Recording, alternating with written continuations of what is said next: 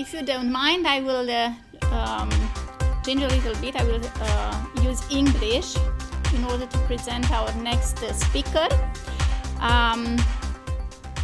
Gerard, can you hear us? Our next speaker is Gerard Koolen, Group Managing Partner from Lugera Group of Companies. He will present us how to retain your key personnel before and when they are headhunted. He started Lugera in 1996 in Slovakia, and now they are operating in 20 countries with a yearly revenue of 234 million euro. Lugera is exceptionally great in solving the most challenging and complex recruitment needs for its international clients. I will speak in English because I didn't go yet to the language course of Aula, so I don't know really very well to speak in Romanian. Thank you for having me here. I would like to share with you some of our insights about employee retention. And I would like to share with you 2 don'ts and 3 do's.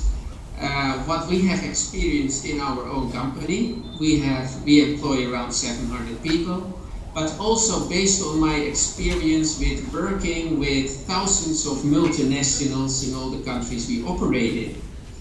And I would like to start with 2 don'ts.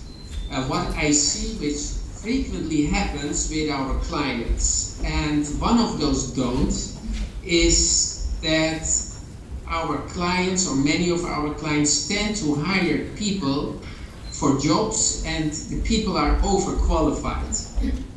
The second don't is to hire ambitious people for non-ambitious jobs.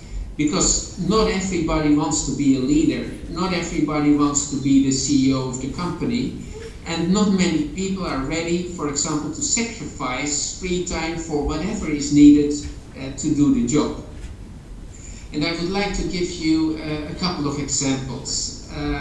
We were working for Citibank when they still were operating in Romania, and we had to hire people for selling credit cards and personal loans. And the profile they wanted were highly ambitious university graduates. And we had to train those people for 3 to 4 months. And when those people started the job, after 3 to 4 months, they didn't like the job anymore because it was a very monotone job, highly routine.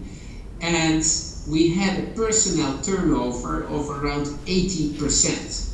So from 100 people hired, 80 left within the first 6 months. So that was highly costly. And those were people who were overqualified. And they were too ambitious for basically a pretty routine job. Another client from us, a big beer company, they had a financial shared service center, and they needed R2R accountants, that is record to record. And that is a pretty simple job to do for an accountant. Basically, you could learn that in 1 or 2 weeks, you will master it. But the profile was on the level of chief accountant. And because their salary was fabulous, like really so good, that we were able to recruit people, but again, after 6 months, the majority left, 80%. So we changed those profiles, and we made those profiles, we put them back into high school graduates for the accounting jobs, plain accountants, a bit older, so they were at the end of their career, and those were the people who stayed in the jobs and they did a perfect job. So those are the don'ts. I would never hire people who are overqualified, and don't hire ambitious people for non-ambitious jobs. So always try to get the requirements less and less and less, and you will see that you will get more and more loyal employees who are able to do the job. The do's. I want to share 3 do's for you. There are many more, but one is to raise salaries of your key people before they ask for it. So if we recruit people, the present employer from our candidates usually give a counter offer. But then the damage is already made. And giving a counter offer of a person who wants to leave is not a good sign. You should have done it earlier. And my advice, if you want to prevent your key people from leaving your company, raise the salaries of these people before they ask for it. That creates a tremendous loyalty. And it is not that employees should be loyal to the company, but the company should not be loyal to the employees. So it is a two-way direction. And this way you express your loyalty to all your key people. And my promise is they will not leave you anymore. The second do is to pay your key people more than you would like to. Pay your key people more than you would like to. Why would you do that? That is because replacing key people will cost you much more. So all our recruiters, who are our best recruiters, we pay them much more than we would like to. Because if they would leave, I have to hire a new recruiter who is more expensive probably than my present very good recruiter. That recruiter is not as productive as the person I have, and I still have to wait if that person will develop very good.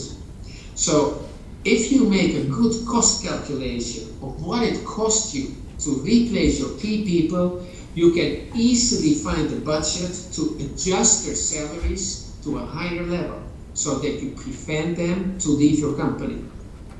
And then the third do, and that is a weird one, but we use it in our company very successfully, and that is to ask our people what it is they want to achieve in our company, and then we help them to achieve this. This is opposite of what many companies do. They say, this is the job, this is what you have to achieve, and this is what you have to do in order to achieve that. We do it the other way around. We sit down with people and we ask, what is it you want to earn in the end? What is it you want to achieve in our company? And let us help you to achieve that if that is in line with what it is that we also want to achieve. And all the people you hire in your company, they are in your company because they want to be there. So usually their goals are in line with your goals of the company. So those were the 2 don'ts and 3 do's what I could share with you in this wonderful morning. If you have questions, if you want to discuss more, please do not hesitate to call me or to drop me an email. I would be more than willing to share all what we know and also how to prevent recruiters taking your best people from your company, because I have a lot of tips for you, but I would love to share. Thank you.